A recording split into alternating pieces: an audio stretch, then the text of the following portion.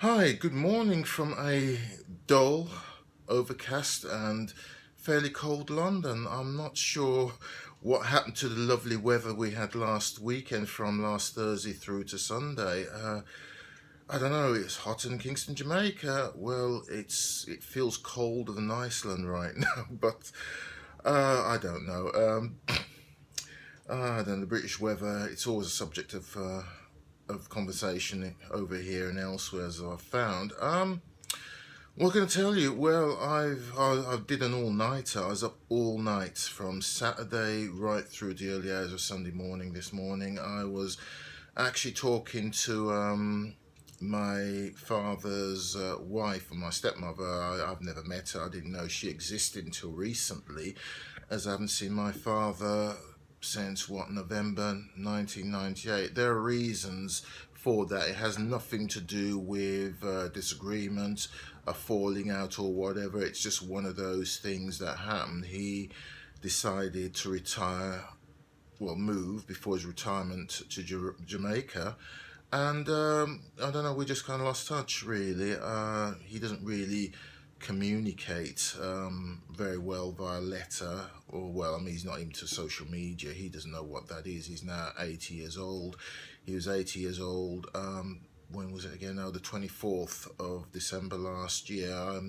It did occur to me that he would be entering his 80th year, so I kind of reached out with a birthday card, a Christmas card, and a very personal letter. Apparently, that he did reply to it, but it got, well, it was misdirected. I think it went to the wrong address. Anyway, I never received it. But recently, and I'm not sure if I've mentioned this in my other entries, but he recently had a stroke, and that has, even though I'm in a good place, it has caused me to worry a lot because my dad and I, we had a really great relationship. I always visited him when he was still here in the UK, but kind of lost touch when he moved back to Jamaica, the land of his birth, etc., etc. Yes, so my older sister told me that he had had the stroke, and this was like a few weeks ago, and I've been frantically trying to get a contact number to call him. There's no point writing letters, and he doesn't do social media. Fortunately, his wife, my stepmother, she does. So, cut a long story short, we had a very, very long conversation via WhatsApp, and she explained her case to me, the situation where she and him are concerned. I mean, they're in a marriage. There is no problem with that, but there's a lot of other issues as well. My father, I mean, he apparently retired, but is working away the way he was when he was 21, and that has had a great great impact on his health. Matters not helped much that he was kind of ripped off in the early years of his resettlement, because I know he sold his house and he had savings, so he went with assets and a degree of wealth. But of course, the wolves and the hyenas, I mean, they kind of went at him like a pack of ravenous wolves, I would imagine. I wasn't there. She wasn't on the scene at the time. She can only tell me what he told her, although she was very detailed in what she said. I mean, she didn't want to tell me the full story. That's something that I'm probably going to hear from him. But given I haven't seen my father for, over 20 years, well, nearly 20 years now, I still had an image of him as this very strong, vigorous, hard-working man, and mentally he's still there. But I spoke to him briefly via the WhatsApp video, and he was talking to me, but I couldn't really make out what he was saying. He told me his right side, his arm, and his, all the way down his right side is very weak. So left side's right, but the left side is okay. The left side of his body is fine, but the right side is not too clever.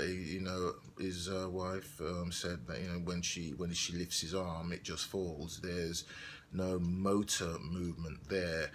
But I was kind of close to tears when I saw him because he looks very, very frail, very, very frail. Okay, he's 80 years old, but when one has an image of their parents, and you grown up with them, you've known them the whole life. They're very, in case of my father, he's very strong, very vigorous, and you kind of think they're always going to be like that. So to see him frail and weak, I really wanted to cry. Fortunately, he wasn't very clever with the WhatsApp, so we did the audio conversation, but he wasn't very coherent. So his wife took over, and we spent the whole night on the phone. But it's over 3 hours, talking about my father mainly and how they came together, and the situation generally. But yeah, I've kind of shed some tears, and I wasn't very well this morning. I wanted to do a video entry prior to that phone call and afterwards, but the lighting in the kitchen here is not very good at night. You switch a light on, there's too much glare. And this is an iPhone 6 after all. It's great, but it's not that great. And I'm not making a film here, although it is a kind of film diary entry thing. So I kind of got up after 10 a.m. Pretty much took my time in having a shave, a shower, getting dressed, and getting myself together. And because I decided I wanted to do this entry, so here I am, and that's what I've been doing right across Saturday night, Sunday morning. Really re re-engage with my father on some level, but also getting to know his wife, my stepmother, and really finding out what I would need to do. I'm here in London, the United Kingdom. Okay, I'm doing a day job, and I'm still trying to get my acting career back on track, but I don't have a great deal of money to just drop everything and fly out to Jamaica. It's very expensive. If I lived in somewhere in North America, United States, Florida even, then that wouldn't be a problem. But I'm here, and I don't have the funds to do it. As a poor, struggling thespian doing a 9 to 5 job to make ends meet, that's where I am, and you all know that. If you've been looking at my entries, you know what I'm about in terms of work and where I want to be thus far. Uh, what else can I really say? I mean, I could go into a lot of detail that probably would bore you about the situation where my father's concerned, but he's on recovery. He can speak, although I couldn't really make out what he's saying. I think he was tired anyway. He's 80 years old now, but to kind of see him, he's essentially a shadow of his former self, as we all will be at some point in our life. But for me, it really kind of struck home about our own mortality. Yes, my father's still alive, but he's a shadow of his former self, and I didn't sleep very well afterwards. I still so worried about him. He's my father after all. We were close, well, we still are. I was told that he speaks very, very highly of me, and I'm proud of the fact that he is proud of me and speaks so highly of me. Yeah, that's in a way it's kind of humbling, because other members of my family don't speak that highly of me anyway. In fact, they have very little to do with me. Again, that is a very, very long story and a little bit too personal to go into, so I will kind of leave that part of my life where it is really, and focus on what I'm doing, and moving forward, what am I going to do from a distance where my dear old father's concerned, because something's happened. I mean, I can send money. I mean, that's always helpful, but it's not the same as being there. But then the great Bill Cosby once said in an ad, or at least it is quoted in an ad for the Red Cross, that if you can't send you, send money. So that's pretty much what I'm going to do. I know it's a bit strange to quote Bill Cosby given his fall from grace. But I mean, I don't really know what to say about that. Really, I mean, as a man myself, I don't pretty much like my past being dragged up. Not that I have a sinister past, but to be accused of things that I know that I'm not guilty of is very hurtful, and I've been down that road not on the basis of Mr. Cosby, obviously, but it's not very nice. But I'm straying from the point here. I was talking about my dear old dear old father and what I'm going to do. So as I've said, moving forward, I'm going to can't send me, but right now I can't send me, but I can send some money, and I think that that will help in some way because he is essentially living off his pension hand to mouth. His assets have gone through his own folly and being ripped off by other people.